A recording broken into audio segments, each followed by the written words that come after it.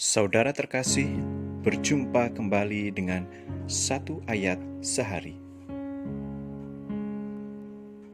Ayat hari ini diambil dari Matius bab 5 ayat 44. Tetapi aku berkata kepadamu, kasihilah musuhmu dan berdoalah bagi mereka yang menganiaya kamu. Saudara terkasih, menghargai orang lain itu bukanlah sesuatu yang mudah dilakukan. Masih banyak orang yang melihat sesamanya sebagai ancaman, musuh, bahkan pesaing. Dan ini bisa kita lihat dimanapun. Entah itu di pergaulan kita di kampung, tempat kita bekerja, selalu kita temukan orang-orang yang iri hati, orang-orang yang mendominasi dan bersaing dengan cara yang tidak sehat. Sudah banyak usaha yang kita lakukan, dan hari ini Tuhan kembali mengingatkan kita.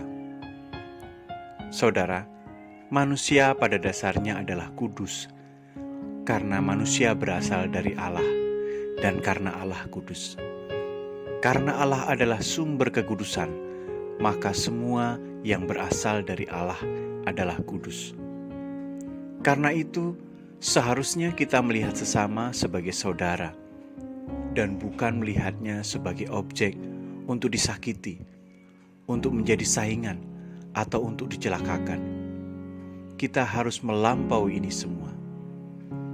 Kita seharusnya melihat manusia lain sebagai yang kudus, karena dalam diri tiap orang ada ciri Tuhan yang baik. Memang manusia tidak sempurna, tetapi merujuk kepada Tuhan. Rasul Paulus pernah mengatakan bahwa tubuh manusia adalah bait Allah, karena Tuhan berkenan tinggal di dalam diri tiap orang. Lalu, mengapa ada orang yang masih menyakiti manusia yang lain?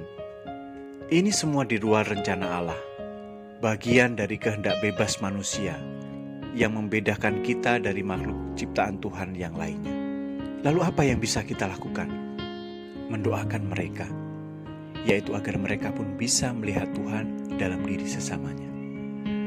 Saudara terkasih, semoga hari ini kita dikuatkan ketika ragu untuk mencintai dan berbuat baik bagi mereka yang membenci kita. Dan marilah kita mengkoreksi diri kita. Bila ada kebencian, kebahitan, atau dendam, ambillah keputusan untuk mengampuni dan melakukan kebaikan terhadap semua orang.